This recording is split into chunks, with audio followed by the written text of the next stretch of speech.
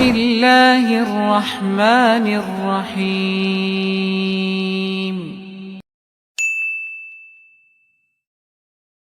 Bismillahirrahmanirrahim. Assalamualaikum warahmatullahi wabarakatuh. Waalaikumsalam warahmatullahi wabarakatuh. Alhamdulillahi rabbil alamin. Wa usalli wa usallim ala nabiyyina wa habibina Muhammadin wa ala alihi wa sahbihi ajma'in. Amma ba'du. Kaum muslimin dan muslimat rahimani wa rahimakumullahu ta'ala. Pada kesempatan kali ini kita akan kembali melanjutkan membaca hadis yang dibawakan oleh Al-Imam Abdul Ghani Al-Maqdisi rahimahullahu ta'ala dalam kitab beliau Umdatul Ahkam. Pada kesempatan kali ini kita masih membahas hadis tentang siwak, dan itu merupakan hadis terakhir yang membahas tentang siwak. An Abi Musa Al-Ash'ari radhiyallahu ta'ala anhu. Dari Abu Musa Al-Ash'ari, semoga Allah ta'ala meridhoinya, ia berkata, Ataitun Nabiyya sallallahu alaihi wasallam wa huwa yastaku bisiwakin. Saya mendatangi Nabi sallallahu alaihi wasallam di saat beliau sedang bersiwak. Qala wa tarfus siwaki ala lisanihi. Dan di saat itu ujung siwaknya ada di lidahnya. Jadi Nabi SAW sedang menggosok lidahnya dengan siwak. Yaqul, keluar dari Nabi SAW suara seperti itu. Jadi ini nanti kita akan jelaskan apa maksud dari suara Jadi Abu Musa Al-Ash'ari radhiyallahu taala anhu jamaah, ketika beliau menemui Nabi SAW, Nabi SAW sedang bersiwak. Namun Nabi SAW bukan sedang bersiwak membersihkan giginya, namun membersihkan apanya? Lidahnya.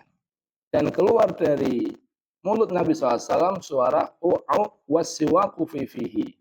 Dan di saat itu siwak ada di mulutnya. Ka'annahu yatahawwa. Seakan-akan beliau ingin muntah. Hadis riwayat Bukhari dan Muslim. Kaum muslimin dan muslimat rahimani wa rahimakumullahu ta'ala. Ada beberapa poin yang kita akan bahas pada kesempatan kali ini. Yang pertama adalah biografi Abu Musa Al-Ash'ari radhiyallahu ta'ala anhu. Biografi Abu Musa Al-Ash'ari radhiyallahu ta'ala anhu. Abu Musa Al-Ash'ari, nama beliau aslinya adalah Abdullah bin Qais. Nama beliau Abdullah bin Qais, namun beliau lebih dikenal dengan siapa? Abu Musa Al-Ash'ari. Ash'ariyun adalah orang-orang yang datang dari Yaman, kemudian mereka hijrah ke Madinah bersama Nabi Shallallahu Alaihi Wasallam.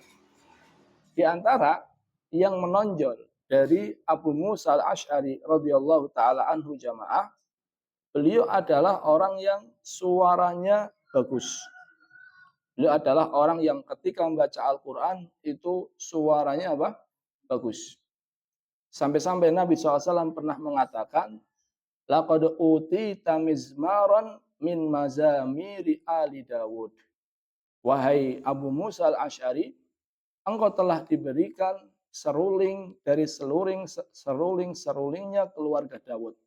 Artinya adalah engkau ini suaranya bagus seperti suaranya siapa? Keluarga Nabi Dawud. Jadi Abu Musa Al-Ash'ari ini jamaah di antara para sahabat yang ketika membaca Al-Quran suaranya itu bagus sekali. Bahkan ketika Nabi SAW lewat, dia sedang baca Al-Quran, Nabi diam. Nabi diam, nyimak terus. Setelah selesai, Nabi mendatanginya dan mengatakan, wahai Abu Musa Al-Ash'ari, engkau telah diberikan seruling dari seruling-serulingnya keluarga Dawud. Maksudnya tadi apa? Suaranya apa? Sangat bagus. Apa kata Abu Musa Al-Ash'ari? Sekiranya saya tahu, wahai Rasulullah, bahwasannya baginda menyimak bacaanku, saya akan perbagus lagi. Jadi Abu Musa Al-Ash'ari ini jamaah terkenal sahabat Nabi yang suaranya apa? Bagus. Dan kita diperintahkan oleh Nabi SAW untuk memperbagus bacaan ketika membaca Al-Quran. Rasulullah SAW bersabda, Zayyinu aswatakum bil Quran. Perbaguslah bacaan Al-Quran kalian. Dan ternyata jamaah, suku Asy'ariyin ini ternyata juga terkenal dengan ahli Quran. Jadi kata Nabi SAW, saya itu mengenal, jadi mereka itu tinggal di mengumpul di suatu tempat di Madinah. Kata Nabi SAW, saya itu kalau saya malam hari melewati kampungnya orang-orang Asy'ariyun, maka saya mengenal mereka dengan bacaan Al-Quran mereka. Jadi kata Nabi SAW, mereka tuh kalau sudah masuk waktu malam, mereka sibuk dengan membaca Al-Quran. Ini jadi sukunya Abu Musa al-Asy'ari adalah orang yang rajin baca Al-Quran, dan Abu Musa al-Asy'arinya diberikan oleh Allah suara yang bagus. Abu Musa al-Asy'ari, beliau adalah seseorang yang sangat memiliki beliau adalah seorang yang nasihatnya sangat mengena jamaah. Jadi Abu Musa al-Asy'ari itu sering berikan nasihat. Dan nasihat-nasihat beliau itu sangat mengena. Beliau pernah berkhutbah di Kufah, di Basrah maaf. Beliau pernah berkhutbah di Basrah dan beliau mengatakan, Ubku atau abku fa in lam tabku fatabaqau. Wahai sahabatku, menangislah kalian. Belajarlah menjadi orang yang suka menangis. Kalau seandainya kalian tidak bisa menangis, maka usahakanlah untuk bisa menangis. Jadi kita berusaha untuk bisa menangis. Kalau seandainya tidak bisa, kita paksakan agar bisa menangis. Kenapa? Fa inna ahlan nari yabquna dumu'. Karena sungguhnya penduduk neraka, mereka itu menangisnya awalnya keluarnya adalah air mata. Hatta tanqati'a, sampai air matanya itu habis. Summa yabquna dima', kemudian yang keluar dari mata mereka sudah bukan air mata lagi, namun darah. Jadi penduduk neraka, kata Abu Musa al-Asy'ari, itu kerjanya tiap hari teriak plus nangis. Saking seringnya nangis, sudah nggak keluar lagi air mata. Namun yang keluar darah. Kata Abu Musa al-Asy'ari, hatta law ursilat fiha sufun lajarat. Saking banyaknya tangisan penduduk neraka, yang keluar darinya darah, itu kalau seandainya dibuat jalan atau dijadikan kapal untuk berlayar, kapal bisa berlayar di atasnya. Saking banyaknya tangisan. Yang seperti ini jamaah, Abu Musa al-Asy'ari tidak mungkin beliau ngarang-ngarang sendiri. Bisa jadi beliau berbicara seperti ini, apalagi terkait azab di neraka, bisa jadi beliau mendengar dari siapa? Rasulullah Shallallahu Alaihi Wasallam. Abu Musa al-Asy'ari jamaah, beliau adalah sahabat Nabi yang cerdas. Cerdas dalam artian beliau ini walaupun melakukan aktivitas duniawi tetap diniatkan untuk akhirat. Karena jamaah, kalau seandainya kita ini niat ibadahnya hanya ketika melakukan ibadah-ibadah yang kita kenal, sholat, baca Al-Quran, dan seterusnya, maka tentunya ibadah kita ini sedikit. Makanya Abu Musa al-Asy'ari jamaah, semua aktivitasnya beliau niatkan untuk ibadah. Semua aktivitasnya diniatkan untuk ibadah. Abu Musa al-Asy'ari suatu hari diutus sama Nabi bersama Mu'adz ibn Jabal ke Yaman. Di tengah perjalanan, Abu Musa al-Asy'ari bertanya kepada Mu'adz, wahai Mu'adz, bagaimana engkau membaca Al-Quran? Apa kata Mu'adz? Saya membaca qiyaman wa qu'udan wa ala jambi. Saya membaca Al-Quran baik di saat berdiri, di saat duduk, maupun di saat berbaring, dan di saat kapanpun saya ada waktu baca Al-Quran, saya baca Al-Quran. Jadi Mu'adz bin Jabal ini jamaah sering baca Al-Quran. Kemudian ditanya, kalau kamu bagaimana Abu Musa al-Asy'ari? Kalau saya di malamnya tidur awal, kemudian saya bangun awal, dan saya membaca Al-Quran, apa yang Allah Ta'ala mudahkan untuk saya. Ini biasa, ini contohnya Nabi. Yang Nabi kan tidurnya awal, bangunnya awal. Tapi ada satu kelebihan. Apa kata Abu Musa al-Asy'ari? Wa inni la ahtasibu min naumati kama ahtasibu min qiyami. Hanya saja bedanya saya ini berharap pahala dengan sholatku sebagaimana saya berharap pahala dengan tidurku sebagaimana saya berharap pahala dengan sholatku. Jadi yang menjadikan Abu Musa al-Asy'ari ini unggul adalah aktivitas apapun diniatkan untuk apa? Ibadah. Sampai pun tidur diniatkan untuk ibadah. Apa niatnya? Niatnya adalah untuk memberikan hak tubuh. Karena tubuh ini juga punya hak untuk istirahat. Dan niatnya adalah untuk istirahat biar nanti ketika bangun lebih apa? Semangat untuk ibadah. Jadi Abu Musa al-Asy'ari ini jamaah, sahabat Nabi SAW yang cerdas. Semua aktivitasnya semuanya diniatkan dalam rangka ibadah. Abu Musa al-Asy'ari jamaah ketika sudah lanjut usia, beliau semakin rajin ibadah. Jadi ketika sudah mendekati ajal, ibadahnya semakin pol-polan. Ditanya sama sahabatnya, atau sahabatnya menegur, "Lau amsakta, wahai Abu Musa al-Asy'ari, cobalah dikurangi. Jangan terlalu apa?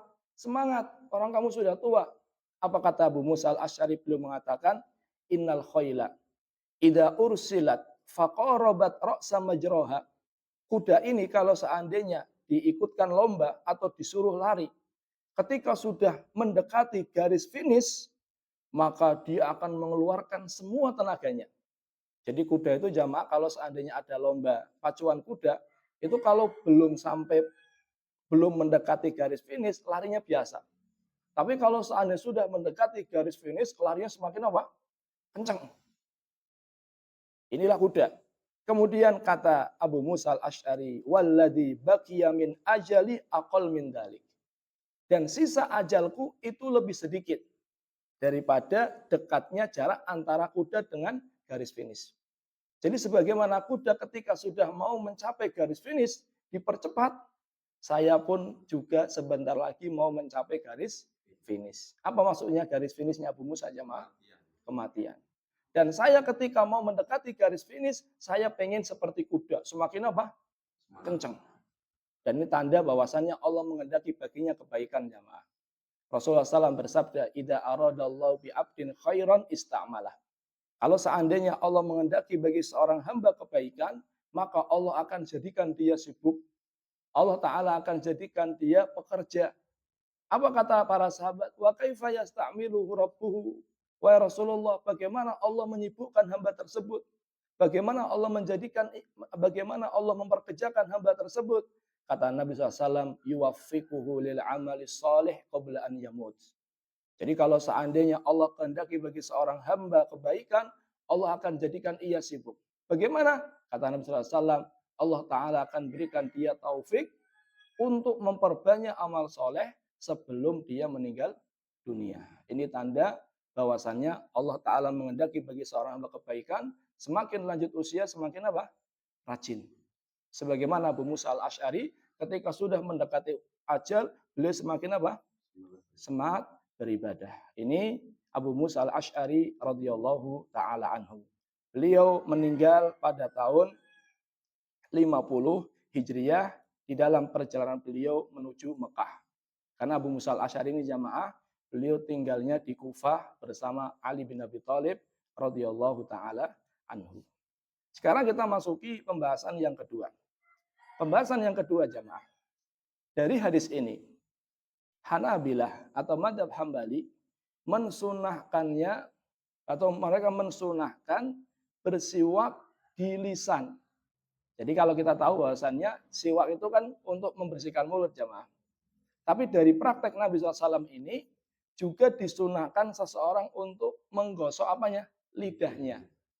Jadi sebagaimana disunahkan untuk menggosok gigi, disunahkan pula untuk menggosok apa? Lidah. Karena praktek Nabi SAW. Kenapa? Karena alasannya sama. Sebagaimana gigi ini, maaf, bisa mengeluarkan bau yang kurang sedap, lidah juga bisa mengeluarkan bau yang kurang sedap. Mungkin kalau zaman sekarang sudah digantikan dengan apa jemaah? Kalau sikat gigi kan gigi. Tapi kalau lidah pakainya apa? Laserin. Laserin, iya, kumur-kumur pakai cairan tuh loh jemaah. Iya, cairan untuk kumur. Jadi kalau Nabi bersiwaknya itu di mana? Di gigi plus di lidah. Mungkin kalau sekarang bisa dengan sikat gigi plus dengan laserin tadi, seperti laserin tadi. Laserin namanya? Liserin. Apa? Liserin. Liserin. Oh, liserin. Kalau laserin itu apa? Oh, laserin itu potato. Astagfirullah. Berarti apa? Liserin. Oh, liserin. Ya. Berarti berkumur dengan liserin. Ini yang kedua. Yang ketiga adalah dibolehkannya bersiwak di hadapan manusia. Jadi Nabi SAW ketika datang Abu Musa al-Asy'ari, beliau sedang bersiwak dan beliau tidak meninggalkan apanya? Siwaknya. Maka ini menunjukkan bahwasannya tidak masalah, tidak dimakruhkan, tidak dibenci seseorang bersiwak di hadapan manusia. Ini yang ketiga. Yang keempat adalah al-mubalaghatu fil istiyaq. Maksimal dalam bersiwak. Jadi ketika bersiwak itu bukan hanya ditempelkan sedikit, tapi namun apa? Maksimal. Kenapa demikian? Praktek Nabi SAW. Ketika Nabi SAW bersiwak, sampai keluar suaranya apa tadi? Apa kata Syekh bin Baz terkait hal ini? Beliau mengatakan, wadhahir wallahu a'lam anna dzalika suara tersebut min ajli ma qad yulhiqu bil halaki min sya'aratis siwak. Kenapa kok Nabi keluar suara seperti itu? Karena apa yang masuk ke dalam tenggorokan beliau atau ke dalam mulut beliau, rambut-rambut dari apa siwak jemaah. Isinya apa? Siwaknya itu kan kalau dipakai kan pada lepas ya. Iya. Nah, itu masuk ke dalam mulut Nabi SAW bagian dalam. Fa inna siwaka qad yantasiru minhu ba'da sya'arat al-qalilah. Karena siwak ini kalau seandainya dipakai itu akan menyisakan rambut-rambut tadi, rontokan tadi. Dan itu kalau masuk ke dalam mulut dan Nabi SAW ingin mengeluarkannya. Jadi dikeluarkan. Jadi ini kata Syekh bin Baz rahimahullahu ta'ala. Jadi seakan-akan beliau sampai mau muntah. Jadi beliau siwaknya dengan semangat sampai pada rontok itu siwaknya dan mau masuk dalam mulut Nabi SAW bagian dalam dan Nabi SAW berusaha untuk mengeluarkannya. Ini beberapa poin yang bisa saya sampaikan jamaah. Intinya pembahasan fikihnya adalah yang pertama, seseorang itu sebagaimana bersiwak membersihkan giginya, dia juga berusaha bersiwak untuk bersihkan apa ya? Lidahnya. Yang kedua, tidak masalah seseorang membersihkan gigi atau bersiwak di hadapan manusia. Dan yang berikutnya adalah ketika bersiwak, usahakan bersiwak secara maksimal. Wallahu ta'ala alam bisawab. Terima kasih atas perhatiannya. Mohon maaf atas segala kesalahan. Kita tutup dengan doa kafaratul majlis. Subhanakallahumma bihamdika asyhadu an la ilaha illa anta astaghfiruka wa atubu ilaih. Assalamualaikum warahmatullahi wabarakatuh. Waalaikumsalam warahmatullahi wabarakatuh.